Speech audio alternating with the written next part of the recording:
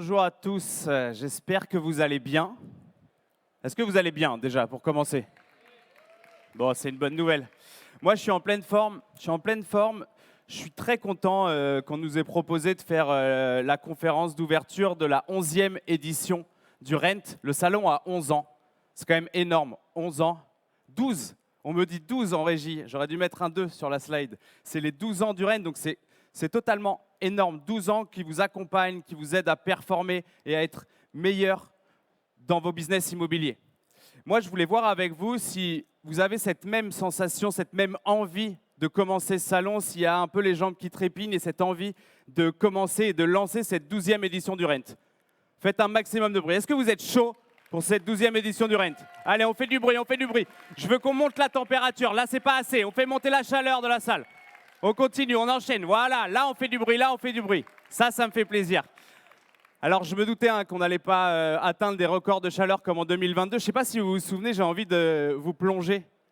On compte 30 jours de canicule, contre 22 en 2003 par exemple. Des vagues de chaleur successives et qui durent dans le temps. Alors à la longue, les corps s'épuisent.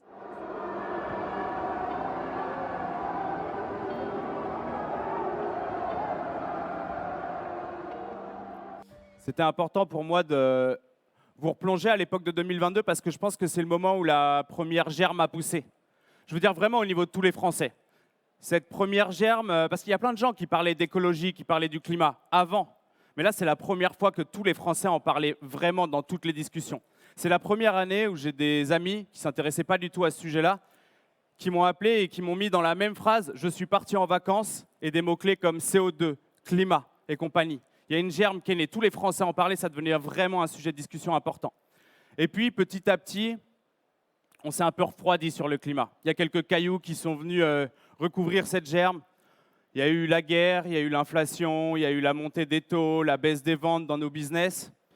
Et donc forcément, tous ces cailloux qui sont venus recouvrir les choses, ça a fait qu'on s'est peut-être laissé un peu porter par les flots, comme une vache. Alors c'est peut-être parce que je m'appelle Vince, hein, mais je vous jure, j'ai vu passer une vache. Vous l'avez vu, cette vache, vous aussi? Et vache, elle passe un seul quart d'heure, nom de Dieu. Ouais, la vache, elle n'était pas dans un très bon état. On s'est posé la question de parler des inondations parce que, évidemment, les inondations, ce n'est pas un sujet forcément heureux. Il y a eu des drames. Mais le climat, de manière générale, ce n'est pas forcément un sujet heureux. C'est un sujet qui est clivant, c'est un sujet qui est presque casse-gueule, c'est difficile d'en parler ici. Mais plutôt que de se poser ce genre de questions, je voudrais qu'on se pose une question tous ensemble. La question, c'est il est où? Il est où le climat? Il est passé où? C'est une vraie question que je me pose et j'aimerais bien savoir si vous êtes chaud pour que, ensemble, on mène cette enquête-là, de savoir où est passé le climat. Alors après, pour ceux qui me connaissent, vous savez que j'ai un défaut de fabrication. À chaque fois que je vais mener une enquête, je vais forcément essayer de savoir et ils sont où les mandats et où est-ce qu'on va aller chercher de la performance pour les agences. C'est ça l'enquête que je vous propose de mener ensemble. Qui est chaud pour qu'on mène cette enquête ensemble? Levez la main, ceux qui sont chauds pour mener l'enquête. Allez, ça veut dire que c'était une bonne introduction. J'ai convaincu 50% de la salle de le faire. Je vous promets qu'à la fin, on va convaincre les 50% qui restent. Si vous êtes chaud pour qu'on mène l'enquête, j'ai prévu un goodies. Je mets mes petites lunettes du FBI. Et j'invite l'un de mes meilleurs éléments, Antoine Delmaille de la police scientifique, climatologue. Faites un maximum de bruit pour Antoine. Bonjour commissaire, Inspecteur Delmaille. vous avez convoqué la presse? Voilà, je vous ai ramené quelques personnes, c'est des professionnels de l'immobilier. On va réfléchir ensemble à où est passé le climat. Je sais que vous avez passé du temps sur une enquête. On a passé pas mal de temps même. Est-ce que vous pouvez m'expliquer ce que vous avez trouvé avec votre enquête? Alors, ce qu'on a trouvé avec notre enquête, je vais commencer par la conclusion si ça vous va. Ça me va. C'est que on s'est demandé ce que les Français pensaient du climat. Avant de s'interroger à l'immobilier, aux pros de l'immobilier, on s'est demandé ce que les Français pensaient du climat. Et du coup, ça les passionne. Et ouais, alors non, parce que je sais pas comment vous dire ça. C'est pas ça? Non, Mais c'est ça pas les interroge, au moins ils se posent plein de questions. Ouais, mais c'est pas le premier truc qui ressort. Mais quoi alors? Ça les emmerde? Ouais, enfin je l'aurais pas dit comme ça, mais ouais, globalement ce qui ressort, c'est que ouais, ça les emmerde. Ouais. Ouais, alors pourquoi? Alors pourquoi? Parce que c'est un sujet qui est assez anxiogène, qui implique des efforts. Et puis, qui a des impacts sur eux au quotidien. Et pour en venir à l'immobilier, est-ce que vous avez idée du nombre de passoires thermiques qu'il y a en France aujourd'hui? Alors, c'est marqué sur le slide. C'est marqué sur le slide. mais c'est- 4,8 millions. On parle des F et des G. C'est quoi les F et les G? Tu peux m'en dire plus? Les F et les G, c'est ce qui est considéré comme des passoires thermiques parce que loi climat, 2025, interdiction de louer des G, Ok. et 2028, interdiction de louer des F. Donc, il y a 15,7% du Voilà, parc. un peu moins de 16, un peu moins de 5 millions de passoires thermiques. Mais il y a pire que ça. Il y a pire que ça, c'est que si on a lu la loi climat jusqu'au bout, c'est jusqu'en 2034 qu'il y a des interdictions qui vont arriver. Et là, on a les E. Et je ne sais pas si parmi vous, il y en a qui sont un peu bons en maths, en calcul mental. Est-ce qu'il y en a un ou une parmi vous qui compte vite? À votre avis, ça représente combien de pourcents du parc? Soit vous faites le calcul, soit vous avez une idée. Est-ce qu'il y en a un qui a une idée? Il n'y a personne qui va la tenter là, de se planter en maths, je pense. Donne-leur la réponse. Eh ben, on est à peu près à 37% de passoires thermiques à horizon 2034. Ce qui C'est représente énorme. approximativement 12 millions de passoires thermiques. C'est énorme, mais ça doit impacter les Français. Un bien sur deux qui sort du parc. Ah bah oui, c'est complètement énorme. Et donc, bah, ça a un impact direct sur les Français. Et c'est un impact sur qui? Bah, d'abord, sur les propriétaires, sur les vendeurs. Sur les vendeurs, bah, je vais vous donner l'exemple très concret d'un couple de retraités, banlieue lyonnaise. Ils sont dans leur pavillon depuis 40 ans, ils ont élevé leurs enfants. Et bah, ils décident de partir pour leurs vieux jours, vivre au bord de la mer pour se rapprocher de leurs petits-enfants. Bon là, alors ils se disent bah, par quoi on va commencer? Les diagnostics, l'estimation. Là, ils reçoivent les diagnostics, catastrophe, ils sont en F. Alors, avec tout ce qu'ils entendent à la télé, bah, ils ne savent même plus s'ils ont le droit de vendre avec ces histoires de passoires énergétiques. Est-ce que j'ai le droit de vendre? Bon, ils se renseignent un peu, oui j'ai le droit. Mais attends, c'est une passoire thermique, est-ce que je la vends en l'état? Je vais la vendre à la casse? Est-ce que je la vends en faisant des travaux? Mais À leur âge, les travaux. bah, ils n'ont pas envie de faire des travaux. Bon, résultat, je te la fais courte, c'est à minima un projet qui est très contrarié, et au mieux, et au pire, un projet qui est avorté, tout simplement. Et du côté Et des alors vendeurs? Alors, il n'y a pas Du que les côté- vendeurs, Ouais. il y a aussi les acheteurs. Les acheteurs, bah là, je n'ai pas besoin d'aller jusqu'à Lyon. Je vais te donner l'exemple de mon frère qui a voulu Ah, il faire a un voulu investi- acheter, ouais. ouais, qui a voulu faire un investissement locatif il y a 6 Beau mois de gosse, ça à ton peu frère. près. Hein? Beau gosse, ton frère. Ah, il est pas mal, ouais. C'est de famille, c'est comme ça. Mon frère, il y a 6 mois, il veut faire un investissement locatif et la banque lui dit il n'y a aucun problème. Il fait une offre, elle est acceptée. Donc lui, bah, il n'a qu'une envie, c'est d'aller tout droit. Puis là, la banque lui dit mais attendez, c'est Angers votre bien? Bah oui, mais je comptais le rénover. Et là, en fait, la seule chose que lui dit la banque, c'est alors le problème qu'on a, c'est que dans votre plan de financement, on ne peut pas compter les loyers générés par un bien Angers. Ouais, mais du coup, Il ne peut plus acheter, quoi. bah, je ne peux plus acheter. Mais ça me fait penser à quelque chose, inspecteur. J'ai acheté un bien il n'y a pas plus tard que 2 semaines. J'étais avec la banquière, histoire vraie, hein. Il y a 1 semaine et je lui pose la question. Elle me pose la question, le DPE, vous l'avez en fait? Ouais, j'espère qu'il ne sort pas en F. Donc on ne parle même pas de G. J'espère qu'il ne sort pas en F parce qu'à partir de 2025, on ne les finance plus les biens en F. Parfait. Donc il y a un vrai sujet là-dessus. Mais du coup, ça impacte aussi d'autres personnes, j'imagine. Oui, bah, on parlait des vendeurs, On y voit on rien. parlait des acheteurs, mais il y a sûrement pire. Le pire en ce moment, c'est pour les locataires. Est-ce que vous avez idée, en 3 ans, du pourcentage de biens qui ont disparu du parc locatif en France? Est-ce qu'il y en a qui pensent, je vais vous demander de lever la main, est-ce qu'il y en a qui pensent que c'est 30%? Bah, vous avez raison, madame, merci. C'est même Là-bas aussi. 32%, un bien sur 3. On a fait un petit focus sur Paris parce que c'est 55%.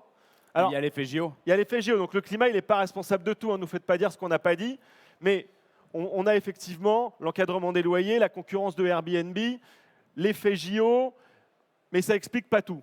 Le 32% qui est à l'échelle nationale, c'est quoi? C'est globalement des biens qui sont sortis du parc parce que vendus, faute de travaux réalisés, mais également pour les sujets qu'on a vus avant, parce qu'il y a moins de mobilité résidentielle et moins de gens qui quittent leur logement. Moins de gens qui quittent leur logement, donc moins de logements vacants, enfin moins de logements pardon, qui se libèrent, ce qui fait qu'on a une tension locative extrême. C'est pour ça qu'on voit tous les étudiants dans la rue. On est avec la Fondation I Love You, on accompagne les étudiants du mieux qu'on peut, mais ça devient catastrophique leur situation. Ouais. Et du coup, bah, s'ils se prennent tout ça sur le coin du visage, j'imagine que les Français, ils veulent plus entendre parler du climat. Alors, bah oui, ça peut sembler contre-intuitif, mais non, pas vraiment. Aujourd'hui, alors bien que ce soit en baisse, le sujet climat, changement climatique, environnement, c'est le deuxième sujet de préoccupation des Français. Le deuxième. Alors soit il est en baisse, mais ça reste le deuxième sujet de préoccupation des Français. Et il est en baisse par rapport au. C'est le pouvoir d'achat qui reste le numéro 1 et tous les sujets, les cailloux dont on a parlé, guerre, inflation, ça reste en dessous Exactement. des sujets de préoccupation des Français. Absolument. C'est d'ailleurs la raison, j'imagine, pour laquelle, quand tu prends le top 10 des entreprises préférées des Français aujourd'hui, Elles ont toutes amorcé leur virage. Elles ont toutes avancé leur virage écologique. Et du coup, Exactement. du côté des agents immobiliers et des agences immobilières. Alors, les agents immobiliers, il faut repartir un peu de la genèse de leur métier.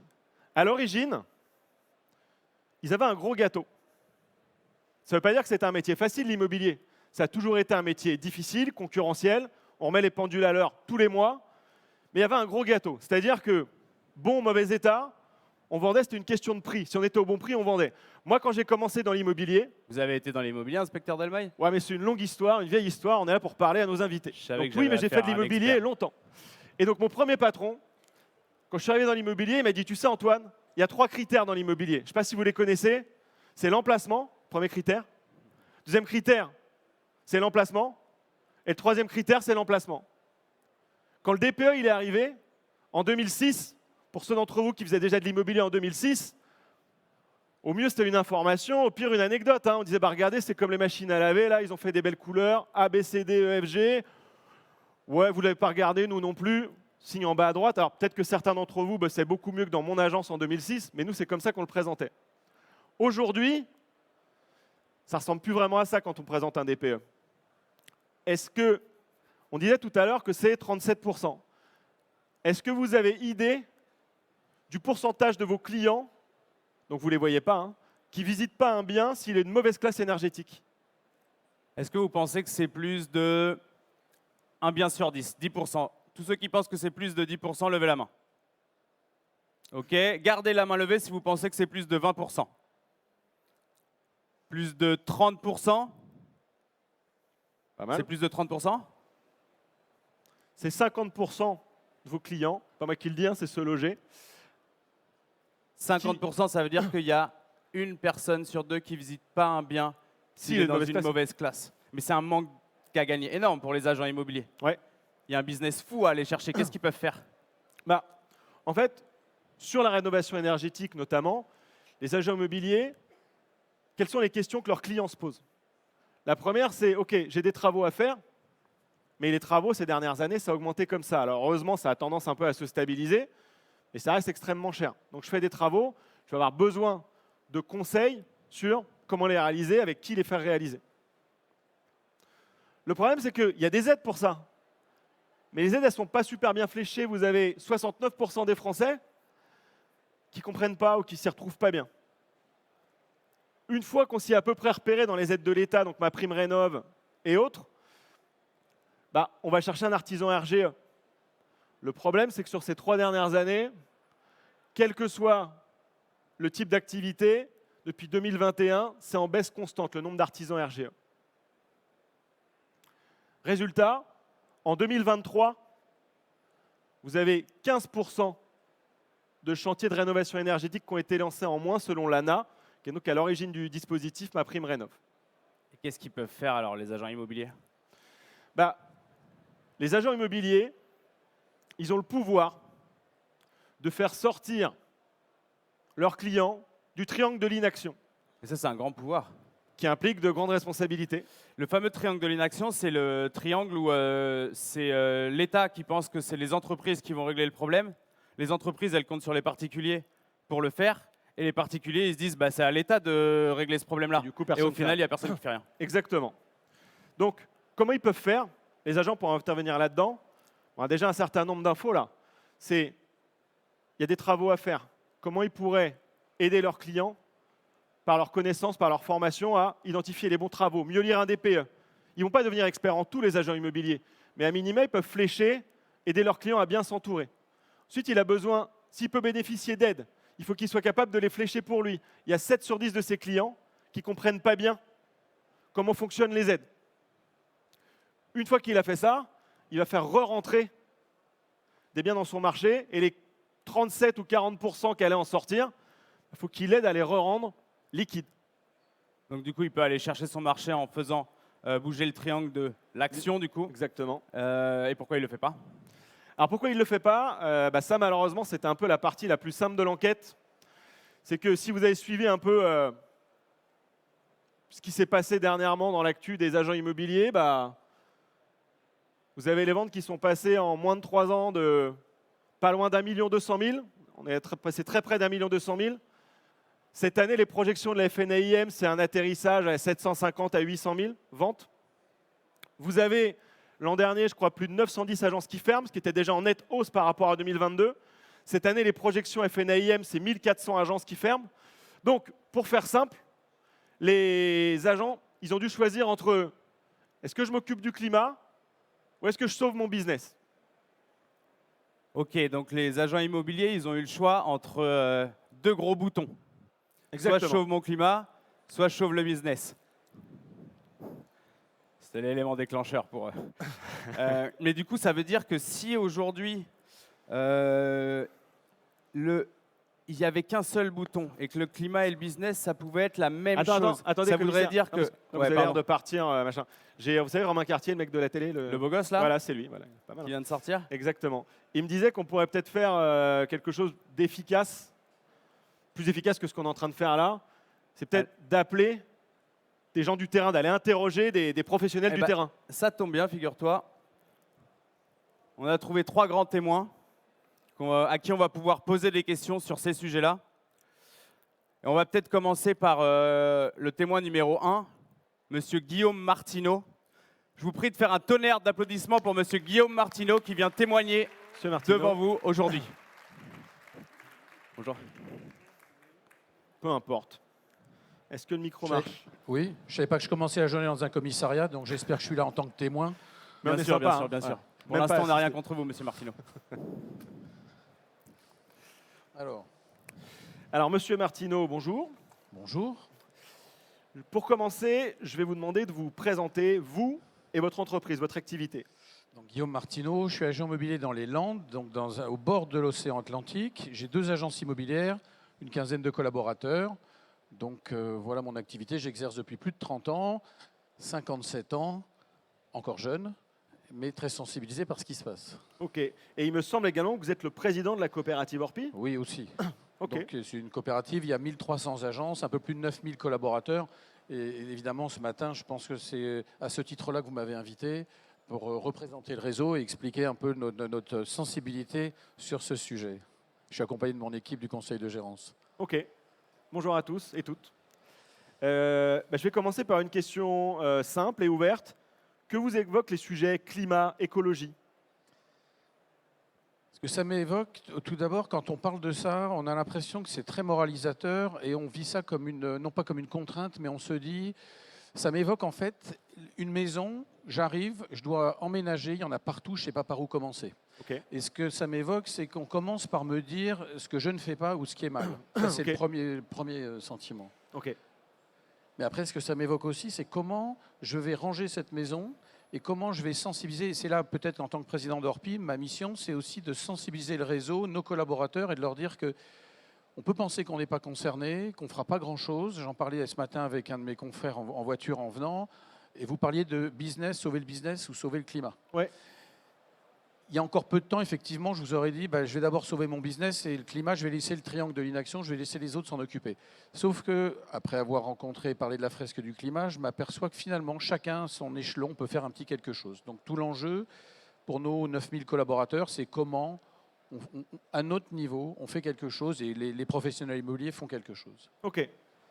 Donc il y a une volonté, il y a un certain nombre de choses qui bloquent. Enfin, c'est pas simple à mettre en place. Non, c'est pas simple parce qu'on parle de contraintes. C'est-à-dire qu'on est tous là dans la salle et je nous mets tous au même plan. C'est-à-dire que nous sommes tous des êtres humains, on vit sur la même planète, on est conscient de ce qui se passe. On voit ce qui vient de se passer à Valence la semaine dernière. Moi, j'habite dans les Landes, donc il pleut un peu plus que dans les Pyrénées-Orientales, mais j'ai un confrère qui nous dit régulièrement il n'y a plus d'eau chez moi. Les gens qui achètent des maisons avec des piscines, on leur dit vous ne pouvez plus les remplir. Donc on voit bien, on comprend bien que où qu'on soit, ça nous touche. Et la question, je pense qu'on se pose, en tout cas moi je me pose, c'est à mon niveau, comment je fais et donc comment notre réseau doit faire pour apporter sa pierre à l'édifice et faire changer ça. Et ce qui vient de se passer cette nuit aux États-Unis, ou ce qui semble se passer, est un signe qui vient aussi me perturber, parce que toute cette politique qu'on envisage, est-ce qu'elle va perdurer? Est-ce qu'on va aller dans le même sens? Qu'est-ce qui va se passer? Ok. Non, mais je comprends qu'il y a une vraie volonté, mais une volonté à la fois, vous, d'agent de terrain et de président. Et qu'est-ce que vous pourriez faire, enfin, qu'est-ce que vous avez en tête, puisque je vois qu'il y a une volonté chez vous, pour faire adhérer les gens du terrain, pour faire adhérer votre coopérative, ces 9000 collaborateurs et collaboratrices? Alors, la chance qu'on a, c'est qu'au siège, et je vois Alice et Laura qui sont devant moi, on a des collaborateurs plus jeunes que nous qui, eux, sont vraiment sensibilisés beaucoup plus que nous à ça. Donc, ce qu'on fait, ce qu'on met en place, c'est de la formation. Il y a 2 ans, on avait identifié des startups ici, on s'était rapproché d'elles. Et puis, on a commencé à le mettre en place dans le réseau. Mais on voit bien que les conseillers, les patrons, ce n'était pas la préoccupation majeure. Vous parliez des DPE, de la prise de conscience. Et ce qu'on doit faire, nous, c'est former déjà notre réseau à expliquer ce que ça implique un mauvais DPE, des travaux qui ne sont pas faits, mais on est pris au milieu de tout. MaPrimeRénov', il faut avoir fait Polytechnique pour comprendre comment ça marche. Et c'est difficile d'expliquer. Vous faites partie des 69%, donc. Oui, je pense qu'on est nombreux à ne pas savoir. Et je connais un député qui est très porté sur le logement et le climat, qui m'expliquait que lui-même, quand il a dû utiliser MaPrimeRénov', il peinait. Voilà, il en a parlé publiquement, donc on peut reprendre ces termes. Donc ça veut dire que ce n'est pas si simple. Je pense que tout le monde essaye de mettre des choses en place, mais à force peut-être de trop mettre de choses restrictives, on va braquer les gens. Donc tout l'enjeu, en tout cas pour nous dans notre réseau, c'est pas de braquer les gens, c'est de montrer ce qu'on peut faire pour faire évoluer les choses positivement. La contrainte, ça sera pas suffisant. Ok, donc plutôt de la pédagogie. Et il me semble, quand on a échangé avant de venir, que vous avez fait quelque chose d'assez concret, justement, pour avoir un impact au niveau de tout le réseau. On m'a parlé notamment de votre dernière convention. Oui, alors la dernière convention, on a pris conscience, par exemple, que la Seine qu'on avait utilisée avait utilisé beaucoup de carbone, de CO2. On était, je crois, à 13 tonnes. Et moi, quand on m'a expliqué ça, sur le coup, j'ai dit, bon, bah, attendez, qu'est-ce que c'est encore que cette histoire? On vient encore nous rajouter un truc, mais ça, c'est parce que c'est mon côté grognon et je peux un peu soupoler. Mais quand on m'a bien expliqué le truc, c'est-à-dire que vous imaginez cette scène, eh ben on allait un peu plus loin. Alors c'est vrai que c'était plus joli, c'était plus grand, ça faisait plus riche, mais ça faisait 13 tonnes de CO2. Bon, quand on vous explique ça et qu'on vous dit qu'en fait, si on fait un effort et que la prochaine convention, on réduit un peu la taille de la Seine et qu'on gagne 13 tonnes de CO2... Parce qu'elle est réutilisable. Oui, puis parce que c'est pas telle matière. Oui. On le voit, moi, ce qui m'a frappé ce matin en arrivant, je ne sais pas si ça vous a fait la même chose, c'est qu'il y a beaucoup plus de stands en bois, moins de plastique, il y a plus ces gros ballons en plastique qui pendaient au ciel. Donc je pense que petit à petit, l'oiseau fait son nid, on est en train tous de prendre conscience collectivement. Donc ce qui n'était pas un sujet ou difficile il y a 2-3 ans, on commence à faire. Moi, mon épouse est allemande, par exemple, m'approcher de la poubelle, je fais attention. C'est-à-dire que le tri sélectif, chez eux, c'est une culture. On est en train, en France, de faire la même chose. Donc ces micro-choses de tonnes de CO2, d'évolution, de comment nos parcs automobiles dans les agences vont être un peu plus décarbonés, comment on va pousser des gens, on ne peut pas faire toutes les visites à bicyclette, mais enfin, comment on utilise moins de papier, on est beaucoup plus... enfin, on fait attention. Alors, on débute, en fait. Vraiment, moi, l'image de l'emménagement, je suis face à tous ces cartons et j'essaye de ranger. Par lequel commencer? Ok, non, c'est très clair. Et écoutez, merci pour ce témoignage. Monsieur Martineau. Et vous nous avez amené justement, en parlant de bonnes choses à faire et comment infuser, comme pièce à conviction numéro 1, c'est l'empreinte, le bilan carbone de votre dernière convention. Tout à fait. Vous pouvez consigner ça, chef? Je suis libéré? Merci beaucoup. Merci. C'est bon, on n'a rien contre vous. Merci beaucoup. Vous pouvez l'applaudir. Merci beaucoup. Merci, monsieur Martineau. C'était intéressant ce témoignage. J'ai pris quelques notes. Et je trouve qu'il y a des sujets qui sont très intéressants qui sont soulevés. Le premier sujet, c'est il y a moins d'eau chez nous, on ne peut plus utiliser les piscines. Tous ces sujets-là, c'est des vraies questions qui sont liées au climat et que les clients se posent. Et est-ce que demain, si dans une région où il y a moins d'eau, est-ce que la maison a la même valeur? Et ça, c'est des questions qui vont arriver et les clients vont se poser ces questions-là. Donc il y a des vrais enjeux clients qui sont en train d'arriver autour de tout ça. La seconde chose, c'est que les conseillers ils se posent des questions. Et vous savez, c'est les mêmes conseillers dont tout le monde dit qu'ils ne sont que des ouvreurs de portes. Et pour avoir parlé avec beaucoup de conseillers immobiliers, il y en a qui se considèrent comme ça aussi. Et le fait de pouvoir accompagner les clients sur ces sujets-là, ça peut les revaloriser. Ça peut donner du sens à leur travail.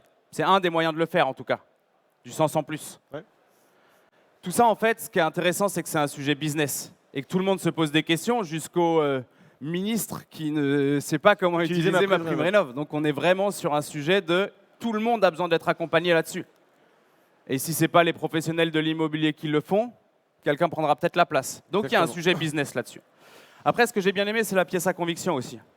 Ouais, l'empreinte carbone de la dernière carbone convention. de la convention. Parce qu'en faisant ça, Orpi se positionne comme un exemple auprès de 9000 conseillers et de 1300 agences. Et du coup, en étant un exemple, et peut-être que des directeurs d'agence vont le faire aussi, peut-être que des conseillers vont le faire aussi, et peut-être qu'eux vont devenir des exemples pour leur communauté. Et en étant des exemples pour leur communauté, ils vont se différencier sur le terrain. Absolument. Et enfin, le vrai sujet, et je pense que c'est un point qui est très important, c'est que si M. Martineau vient aujourd'hui pour témoigner, avec la force du réseau d'Orpi, qui est quand même le réseau qui a le plus d'agences immobilières en France, ça veut dire qu'il y a une trame de fond. Je pense que M. Martineau a un agenda qui est chargé. S'il veut venir parler de ce sujet-là, c'est que c'est un sujet qui tient à cœur à un réseau comme Orpi et les autres réseaux devraient suivre. Il y a aussi une dernière chose qui m'a interrogé dans ce témoignage, c'est ils ont besoin d'apprendre, ils ont envie d'apprendre des choses. Ils ont envie d'être plus sachants sur ce sujet-là. Toi, je sais que tu es un expert du sujet. Est-ce que tu as des choses à nous dire là-dessus? Est-ce que tu peux nous présenter des choses pour les gens qui sont dans la salle? En fait, quand on parle de bilan carbone, typiquement de la dernière convention, moi tout de suite je pense aux ordres de grandeur. En fait, les ordres de grandeur, quand on parle de climat et d'ordre de grandeur, si on n'a pas en tête les ordres de grandeur, on ne va pas pouvoir avoir une action efficace. Je vais vous donner un exemple très concret, commissaire.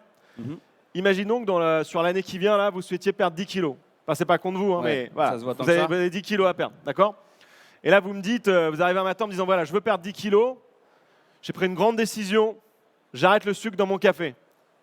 Alors, c'est une super idée d'arrêter le sucre dans le café. Mais ça ne va pas suffire. Les ordres de grandeur, c'est exactement pareil. Régulièrement, dans l'enquête qu'on a menée, les agences qu'on est allé voir, on a souvent les mêmes sujets qui reviennent. Il y en a qui sont sortis tout à l'heure, c'est on a arrêté les gobelets en plastique, les gobelets en carton. Très bien. On est zéro papier ou presque. Très bien. On trie nos déchets, on essaie d'être zéro déchet. Typiquement, les déchets, puisqu'on parlait de bilan carbone, c'est souvent moins de 1% de l'empreinte carbone de votre entreprise. Et ensuite, ce qui revient à peu près tout le temps, c'est à peu près systématique, c'est les emails. Et les emails, c'est un sujet que moi, personnellement, j'aime beaucoup, qui m'a passionné pendant l'enquête, parce que, dites, OK, j'entends tout le temps, moi je trie mes emails, je fais super attention, les serveurs, tout ça. Bon. OK, c'est bien de trier ces emails, ne serait-ce que pour s'y retrouver, je suis complètement d'accord, mais je vais vous donner un ordre de grandeur qui va vous parler. Vous, par exemple, commissaire, vous envoyez combien d'emails par an? Je sais pas, 2000, je pense. OK, très bonne réponse, ça m'arrange en plus. Rien à voir, mais tout à voir. Vous pensez manger quoi ce midi-là, entre deux conférences? Un tartare de bœuf, quelque chose de simple. OK. Donc, pour vous donner une petite idée d'ordre de grandeur, un repas au bœuf, ça équivaut à peu près 3000 mails et à 33 km en voiture. Alors, je ne suis pas en train de vous dire qu'il faut arrêter le bœuf, les emails et la voiture, mais comprendre les ordres de grandeur permet de dire que typiquement, si le commissaire il s'interrogeait sur la pertinence d'envoyer autant de mails, le fait qu'une fois dans l'année, il troque son repas au bœuf contre, je sais pas, un risotto, une salade, ce qu'il veut, fait qu'il pourra continuer d'envoyer ses mails. Tout faire en même temps, dans l'année. Voilà, tout faire en même temps, c'est bien. Mais il y a des gestes qui ont plus d'impact que d'autres. Et on parlait justement du transport. J'y viens au transport. Les transports, c'est un sujet pour vous. Comment vous déplacez, vous, les collaborateurs de votre agence, comment se déplacent vos clients, de leur domicile à leur travail. C'est des sujets qui reviennent souvent. Je ne vais pas vous faire dans le détail absolument tout. Je vais juste prendre vélo électrique, 33 kg de CO2 pour 30 km. Voiture, 6,53. En gros, on a un rapport de 1 à 20. Alors, ça n'implique pas que tout le monde pourra prendre son vélo tout le temps. Ça dépend de la région, on en est parfaitement conscient. Mais il faut avoir en tête, ordre de grandeur, qu'il y a un rapport de 1 à 20. Il y a un rapport de 1 à 20. C'est énorme, sachant que je crois que c'est 50% des trajets de moins d'1 km qui sont faits en voiture aujourd'hui. Qui sont en voiture, ouais. 50% des trajets de moins d'1 km. Ouais. J'ai un agent immobilier en bas de chez moi. À Montreuil. Ça fait 10 ans qu'il s'est mis au vélo et on en parlait autour du terrain de rugby. Pour ceux qui me suivent sur LinkedIn, vous avez vu certainement le post. Et il me disait que parmi les quelques économies qu'il a pu faire, parce qu'une voiture ça coûte moins cher qu'un vélo et qu'il n'y a pas d'essence à mettre dedans, et l'inverse, ouais. et il avait multiplié par 5 les conversations de l'ensemble de ses collaborateurs. Parce qu'en fait, quand tu es en vélo dans une ville et que tu vois quelqu'un que tu connais, bah, tu poses le pied par terre et tu t'arrêtes. Tu dis bonjour, tu parles 5 minutes. Et quand tu le fais partout dans la ville, eh ben, tu multiplies ton nombre de conversations par 5. Et depuis que tous ses collaborateurs ils se sont mis au vélo, eh ben, il est multiplié par 5 le nombre de recommandations qu'il a dans sa ville. C'est bête, hein? Et là, on n'est pas en train de parler de bilan carbone, on est juste en train de parler de plus de business. Donc c'est intéressant d'avoir ces ordres de grandeur. Donc ça, c'était sur les transports. Merci pour cet exemple. Et il y a un autre sujet qui vous parle à vous, mais qui parle forcément à vos clients. C'est le sujet énergie, parce que ça a un coût, ça a un impact. Et alors évidemment, quand on pense à se chauffer, qu'on fait des travaux, son système de chaleur, on va aller à ce qui est le moins coûteux. Mais il y a un deuxième point. Si vos clients vous disent « Ouais, mais alors attends, moi, ça me coûte à peu près pareil entre une pompe à chaleur et un chauffage au gaz. » Bah, en fait, non, ça ne va pas avoir exactement le même impact carbone.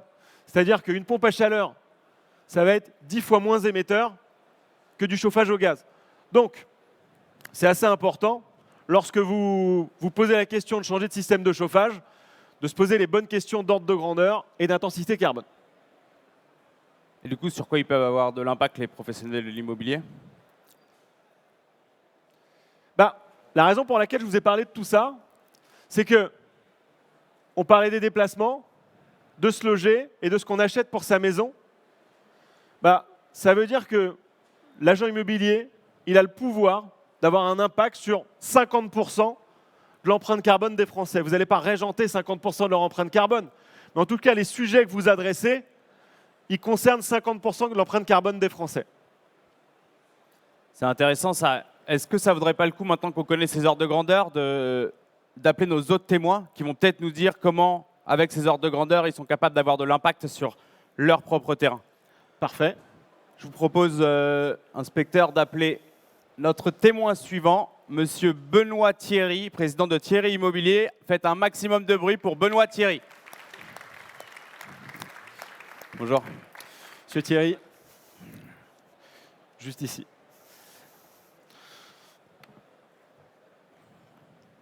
Bonjour Monsieur Thierry. Bonjour, merci d'être venu. Antoine. Bonjour à toutes, bonjour à tous. Alors je vais vous demander tout simplement de vous présenter, vous et votre entreprise. Alors du coup, Benoît Thierry, 52 ans. Je suis l'un des 3 associés de Thierry Immobilier, qui est une entreprise centenaire cette année, 1924-2024. On fait 4 métiers, copro, gestion, location, transaction. On est 180 collaborateurs sur la métropole de Nantes, Saint-Nazaire, Rennes, Guérande et Angers. Ok.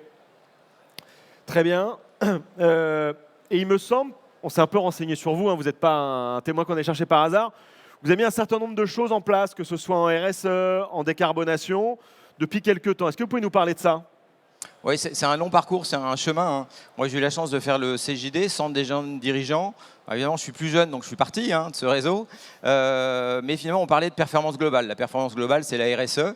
Et on a insisté. Et puis, rapidement, on a vu qu'on pouvait faire quand même aussi du business et de se différencier. On a fait déjà 4 bilans carbone, en baisse, alors qu'on est en croissance. Et puis, on a continué à investir pas mal de sujets environnementaux, sociaux, sociétaux. Ok. Est-ce que je peux vous demander pour quelles raisons vous êtes lancé dans cette démarche? Une intime conviction en tant que père de famille, j'ai 4 enfants, en tant que dirigeant, en tant que citoyen, que c'était important d'être acteur des transitions et puis faire la méthode des petits pas. Il faut démarrer par des petites actions, des plus grandes, et puis des choses où on a besoin de plus d'investissement et plus de temps. Être acteur, prendre du plaisir. Tout à l'heure, vous parliez d'anxiété, c'est anxiogène et ça demande des efforts. C'est aussi du plaisir, c'est aussi de l'innovation. Ok. Et alors, en parlant de plaisir, d'innovation et d'action, concrètement, qu'est-ce que vous avez mis en place? Est-ce que vous avez des exemples? Ouais, un exemple vraiment concret sur la partie copropriété, mais finalement, ça a des répercussions hyper intéressantes sur la gestion et la transaction. En 2020, en plein Covid, on a lancé un appel à projet. Donc, on va dire que pour un syndic ou un gérant, on a fait de la R&D.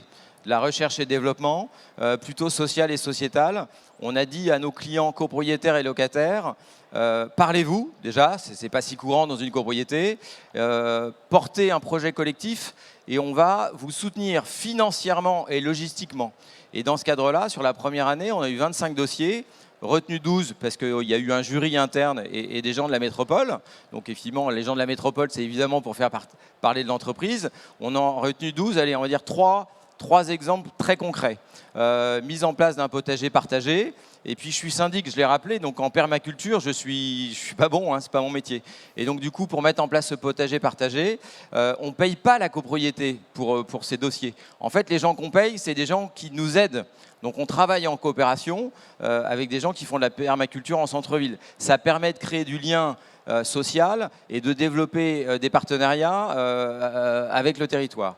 On a mis quelque chose en place, c'était finalement des ateliers vélo. S'il fallait juste mettre des racks à vélo, les copropriétaires peuvent s'en offrir, ce n'est pas un sujet. Là, l'idée, c'est de dire comment développer la mobilité douce dans un immeuble important, donc créer un collectif et demander aux locataires, aux copropriétaires qui utilisaient déjà son vélo tous les jours pour aller au bureau, toutes les semaines, tous les week-ends, faire venir une association de réparation vélo et créer finalement une récurrence où dans cet immeuble-là, tous les premiers lundis de chaque mois, ils se voient, ils discutent vélo, ils réparent et d'être finalement un accompagnateur pour développer de la mobilité douce et faire en sorte que dans mon exemple, Pierre qui allait déjà au bureau tous les jours en boulot, embarque Antoine ou Stéphanie qui se dit mais putain c'est une super bonne idée, pourquoi aller au boulot quand mon boulot est à 5 km et que je prends ma voiture.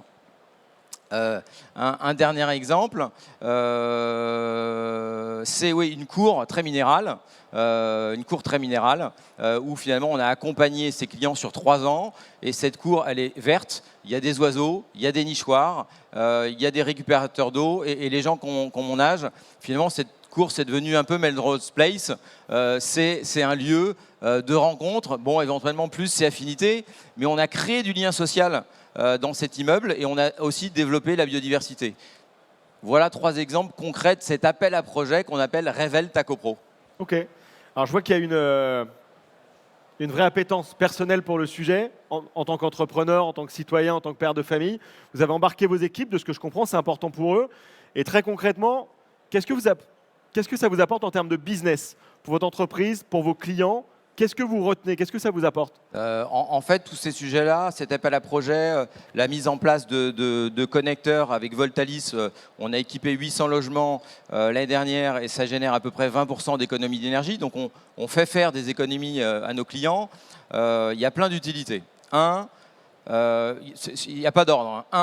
Ça contribue clairement à développer notre marque employeur. On parlait de sens tout à l'heure. Si on ne fait pas ça, dans 1 an, 2 ans ou déjà aujourd'hui, cette jeune génération ne viendra plus bosser dans nos boîtes. Voilà, clairement. 2, je viens fidéliser mes clients et attirer de nouveaux clients. Nous, aujourd'hui, en copropriété, on s'est beaucoup développé sur le neuf. Et quand les promoteurs ont des appels à projets avec les métropoles, on vient travailler sur l'usage. L'usage, les synergies, les rencontres, la convivialité, le lien social. Donc effectivement, on fidélise des clients et on attire des clients. Donc c'est vraiment du business. Si je fais un lien en copropriété, je fais mon métier de syndic sur la partie administrative, comptable, technique, travaux. Je sécurise le parcours immobilier de mes clients et je valorise le patrimoine. Mais comme je crée des relations différentes avec mes clients, je prends plus de mandats en vente sur mes immeubles en syndic. Donc évidemment, je me différencie. Évidemment, 4e point, je fais du business. Parfait. Merci beaucoup. Merci beaucoup. Et vous êtes venu, vous parliez de Voltalis tout à l'heure. Vous êtes venu avec autre chose, je crois. Enfin, le symbole d'autre chose. Le dernier symbole, c'est finalement, aujourd'hui, on sait bien que le développement de nos entreprises, il est réduit. On a une marge de manœuvre qui est beaucoup moins importante sur les augmentations de salaire. Donc récemment, on a offert à tous nos agents de location un pommeau de douche. Alors, vous représentez un pommeau de douche. C'est une boîte française, ça s'appelle Hydrao. Donc, il y a de la tech.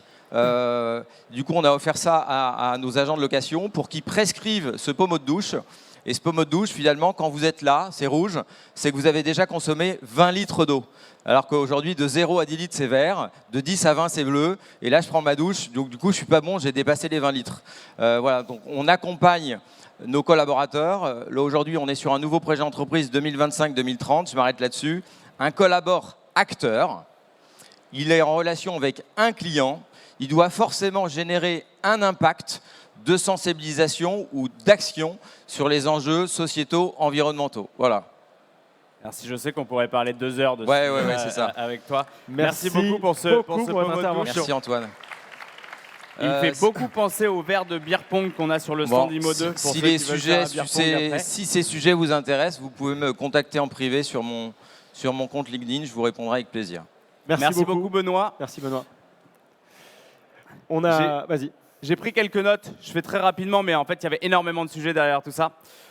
Fidélisation des copropriétés, on rentre des nouvelles copropriétés, on fait du business avec les promoteurs parce qu'on vient se positionner comme un acteur innovant. Il y a une différenciation qui est ultra forte et surtout, on booste à fond sa marque employeur.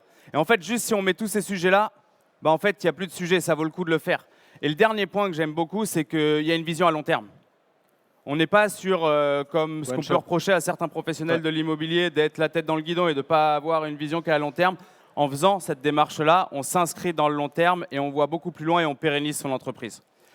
On a parlé un tout petit peu de la partie transaction, c'était très axé syndic et c'est très intéressant pour les syndics, notamment sur la partie marque employeur où c'est très difficile de recruter dans les syndics aujourd'hui et notamment la jeune génération. Je ne dis pas que ça va résoudre le problème, mais ça rajoute une corde. Et puis il y a la rétention, parce qu'il y a recruter, mais il y a le turnover qui est d'à peu près 30% par an dans l'immobilier. Donc c'est un vrai sujet le turnover aussi. Donc c'est un vrai sujet sur le syndic. Je te propose qu'on aille un peu sur la transaction aussi et qu'on fasse venir notre dernier témoin.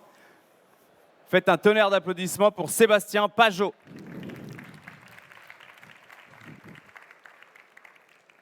Ça va. Monsieur Pajot, merci d'être venu. Je vais vous demander de vous présenter, vous et votre entreprise, s'il vous plaît. Bonjour. Donc, Sébastien Pajot, j'ai 44 ans. Je travaille dans l'immobilier depuis 25 ans maintenant et dans plusieurs métiers de l'immobilier. Et j'ai une agence qui s'appelle Victor et Richard et qui est située à Nantes également. Ok. Voilà. Très bien. Je sais que vous avez, quasiment dès l'ouverture de Victor et Richard, mis en place un concept fort qui est l'immobilier bas carbone. Alors, au départ, c'était l'immobilier digital et responsable. Okay. Et l'idée, c'était simplement de tout dématérialiser et de travailler, comme beaucoup d'agences le font, sur du zéro papier et puis de la signature électronique. Okay. Sauf que je me suis vite rendu compte que c'était pas, il fallait aller plus loin et donc j'ai souhaité, donc j'ai changé la baseline en fait de l'agence en appelant ça immobilier bas carbone. Okay. Et j'ai commandé un bilan carbone auprès d'une société nantaise qui s'appelle Oxygène. Okay. Voilà, dans le but de pouvoir mesurer et après de trouver des solutions pour diminuer les émissions de CO2. Ok. Très clair le parcours. Et est-ce que c'est facile à mettre en place justement ces diminutions, cet immobilier bas carbone? Est-ce que c'est facile? Alors déjà, je voyais tout à l'heure que le stand de Orpi, c'était 13 tonnes de CO2. Nous, sur une année, c'est 14,9 tonnes. Okay. Donc on a des petites émissions. D'accord. C'est quand même beaucoup. Donc ce qui était compliqué, c'était le calcul, parce que ça prend du temps, c'est très coûteux. Ça coûte de l'argent, Nous, les petites structures, on n'a pas d'aide du tout. Donc c'était de l'ordre de 6 000, 6 500 euros quand même. Okay. C'est un investissement. Et effectivement, c'est assez chronophage. Okay. Donc c'est pour ça qu'ensuite, on a décidé en fait de plutôt s'orienter sur la sensibilisation de nos clients. De vos clients. Tout en conservant bien sûr l'envie de diminuer aussi nos émissions de CO2. D'accord, donc vos actions concrètes justement pour sensibiliser vos clients, vos équipes, qu'est-ce que vous faites? Donc vous avez calculé votre empreinte carbone, ça j'ai compris. Oui. Donc la première chose effectivement c'était calculer l'empreinte carbone. Ensuite, l'idée, c'était de trouver des partenaires locaux, essayer de trouver des partenaires qui soient le plus proches possible. De pouvoir recommander une liste d'artisans Des artisans, des fournisseurs. On souhaitait aussi... excusez-moi, j'ai dû prendre quelques notes. Il me semble que lors de notre appel pour préparer cet entretien, vous m'avez parlé de DPE projeté. Oui. Alors ça, c'était après, effectivement, mais il y a eu aussi une réflexion sur les déplacements, une réflexion sur l'aménagement de l'agence. D'accord.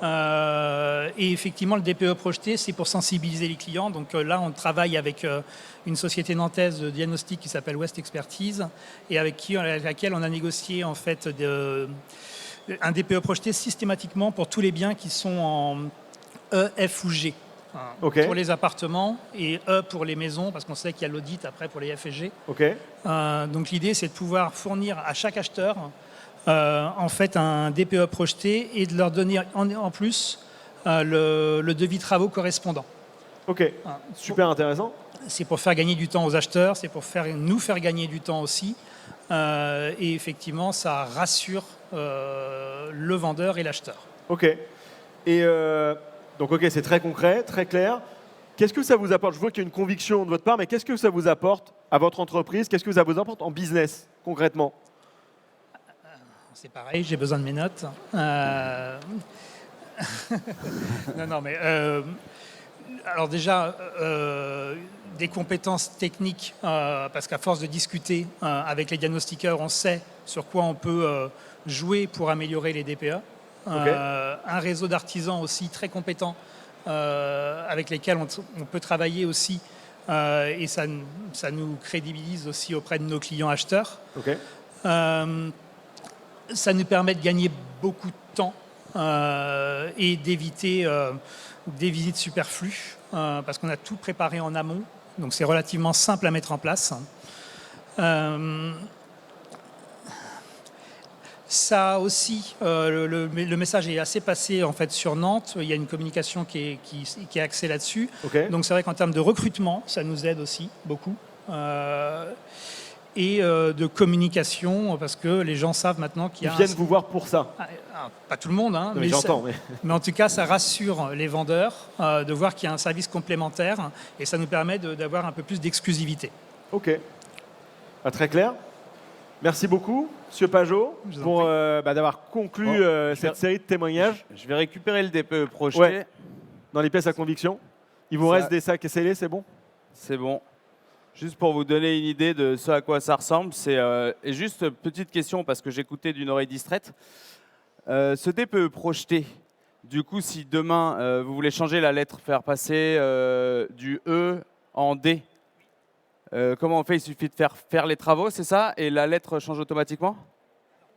L'idée, on a vu ça avec Thomas Arnoux, donc le diagnostiqueur, qui nous a expliqué qu'il s'engageait sur le DPE projeté. Et à partir du moment où on lui donnait les factures qui correspondaient aux travaux préconisés, qui pouvait, sans revenir, modifier le DPE. Ok, voilà. Donc il peut juste faire les travaux et ça modifie la lettre du DPE. Ça a une valeur, il s'engage sur le DPE, ça a une vraie valeur. Merci beaucoup, Sébastien. Ça rassure Sébastien. Les banquiers, ça rassure tout le monde. Donc, ça rassure les banquiers, je note aussi ça. Ouais. Parce que les banquiers ont besoin d'être rassurés, on en a parlé tout à l'heure. Merci beaucoup Sébastien, vous pouvez faire un tonnerre d'applaudissements. Okay. Bon, super témoignage. J'ai noté énormément de choses qui ont été dites à demi-mot, mais les clients viennent vous voir pour ça. Oui, alors pas tous, mais la clientèle est exclusive. Les gens qui s'intéressent au climat, ils n'ont qu'une seule agence vers laquelle se tourner quand ils veulent faire de la transaction. Et ça a de la valeur d'avoir une clientèle qui vient te voir que toi. Et on le sait, aujourd'hui, il y a de plus en plus de gens qui s'intéressent au climat, donc cette clientèle exclusive, elle est grandissante. Mais il y a une raison aussi à ça. Ils en ont parlé un peu tous les deux, c'est que le premier critère que regardent les Français, c'est le pouvoir d'achat. Et il est capable de faire baisser les factures d'électricité en améliorant les DPE. Parce que c'est un des enjeux du DPE, c'est aussi de faire baisser les factures d'énergie. On remet des biens sur le marché, ça intéresse les banques, on refinance des acheteurs. Et surtout, il l'a dit aussi, on transforme plus d'exclusivité. Et quand on a eu l'occasion de discuter avec Sébastien, il nous expliquait même qu'il transformait plus d'exclusivité, pas seulement sur les biens qui sont E, F ou G. Sur les autres. C'est sur tous les biens, parce qu'ils se différencient, parce qu'ils ont une approche que n'ont pas les autres agences. On est d'accord avec ça? Je ne contredis pas ce mot-là. Bon, une fois qu'on a vu tout ça, on peut se poser la question, maintenant qu'on a vu les 3 témoignages, de quels sont les liens qu'on peut faire peut-être entre les... Je ne sais pas si vous voyez des liens. Parce que tu le vois pas là? Non. Non. Ouais. Alors, mais plutôt par là, non?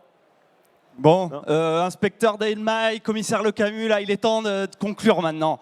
Donc là, les gens, ils attendent, ils sont attentifs depuis tout à l'heure, mais il y a d'autres conférences, des entreprises à découvrir. Donc là, FISA, vous me faites les conclusions de cette enquête, d'accord? Ok, chef. Bon, okay, je reviens dans quelques instants, j'espère que ça sera conclu. Merci, chef. Pardon, Merci, chef. Pardon, chef. Il n'a pas l'air heureux, le commissaire divisionnaire. Il a du stress, il a plein de trucs à organiser en plus. Ouais, demain, on fait une conférence jeudi à 11h30 avec le commissaire sur le sujet de l'intelligence artificielle. À chaque fois, la salle, elle est pleine. Et j'espère qu'il y aura assez de place pour tout le monde. Ce coup-ci, ça va, ça a l'air d'aller. Ouais. Mais demain, je ne suis pas sûr que ce soit le cas. Il faudra peut-être venir en avance. Bref, passons au conclure parce qu'il est stressé là. Il est passé où le climat? La vraie question qu'on avait en tête, c'est il est passé où le combat pour le climat. Et en fait, quand on a vu tout ça, moi, ma conviction intime, c'est que le combat, c'est pas forcément un combat que pour le climat. C'est aussi un combat pour vos business. Parce que ça valorise votre marque employeur, ça donne du sens à vos employés, et la jeune génération a de plus en plus besoin de sens quand elle choisit une entreprise, et donc ça a de la valeur pour vos recrutements d'aujourd'hui et de demain. Mais surtout, ça amène de la pérennité parce que c'est quelque chose qui s'inscrit dans l'avenir. Il y a une trame de fond. C'est des entreprises où on se projette sur du long terme quand on aborde ces sujets-là. La seconde chose, c'est que c'est aussi un combat pour votre business. J'ai mis quelques mots qui riment les uns avec les autres, mais on a parlé de différenciation, on a parlé de fidélisation. Quand on est différencié, on transforme du business. Quand on fidélise, on n'a plus besoin d'aller chercher du business. Et donc ça a une vraie valeur. Ensuite, j'ai entendu le mot exclusivité. Exclusivité de la clientèle et aussi transformation plus fluide d'exclusivité. Et donc ça amène de la productivité. C'est quelque chose qui vous rendra normalement plus productif et qui vous permettra de vous différencier. Et pourquoi? Il y a une raison très simple à ça. C'est que le combat, en fait, il est pour vos clients. Vos clients, ça les embête le climat? Ça les embête, c'est ça. Ça les embête le climat. Mais ce qui les embête pas, c'est de faire des économies. Vos clients, ils regardent les factures d'énergie. Si vous êtes capable de les accompagner sur ces sujets-là, ils seront très heureux de discuter avec vous. La seconde chose, c'est que les clients, ils ont potentiellement des biens en E, en F ou en G. Des biens qui sont en train de sortir du marché. Concrètement, sortir du marché avec des grosses décotes, avec des vrais problèmes. Vous avez le pouvoir et la grande responsabilité qui va avec de les accompagner pour remettre ces biens en marché. De les accompagner pour que les banques leur accordent des prêts parce qu'on est potentiellement, on a un DPE projeté qui fait que la banque, elle veut bien financer. Ça, c'est un vrai sujet. Et le vrai problème, c'est le triangle de l'inaction. Et le triangle de l'inaction, c'est parce que le particulier, il ne sait pas où aller. C'est pas fléché, il a besoin d'une boussole. Il est perdu face à tout ça, mais il doit faire quelque chose et il veut faire quelque chose. Le problème, c'est que la boussole, aujourd'hui, elle n'existe pas. Et le premier interlocuteur qui va aller voir et qui se dit qu'il va l'accompagner sur ce sujet-là, c'est le professionnel de l'immobilier. Mais si le professionnel de l'immobilier ne répond pas présent, la nature, elle a horreur du vide. Elle ne va pas bien en ce moment, la nature. Donc forcément, il y a quelqu'un qui va prendre cette place. Et vu les aides de l'ANA, vu la problématique business qu'on est en train d'évoquer, il y a un business à prendre. Et pour moi, c'est le rôle du professionnel de l'immobilier. En tout cas, il peut ajouter ce rôle-là de devenir la boussole, de devenir l'exemple de sa communauté. Et il peut ramener plus de business. En fait, quand je réfléchissais à tout ça, parce qu'on nous a demandé de faire une conclusion assez rapide, c'est Benoît Thierry qui nous a dit ça.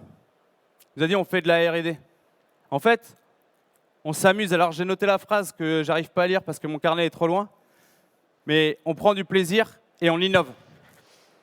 Et en fait, il n'y a pas qu'avec la technologie qu'on peut innover. Bien sûr, on est au Rent et il y a plein de technologies. Mais il n'y a pas qu'avec la technologie qu'on peut innover. Et c'est vraiment ça, je pense, le sujet qui est assez intéressant, c'est qu'on peut innover aussi sur ces sujets-là. Et si je pouvais me permettre, pour conclure, de citer un des grands philosophes que j'ai déjà cité ici, moi, je suis persuadé que demain, s'il y a un éco-conseiller qui traîne dans votre quartier, il fera monter les prix de l'immobilier. Merci à tous. Merci. Tu prends les trucs? Non, c'est bon.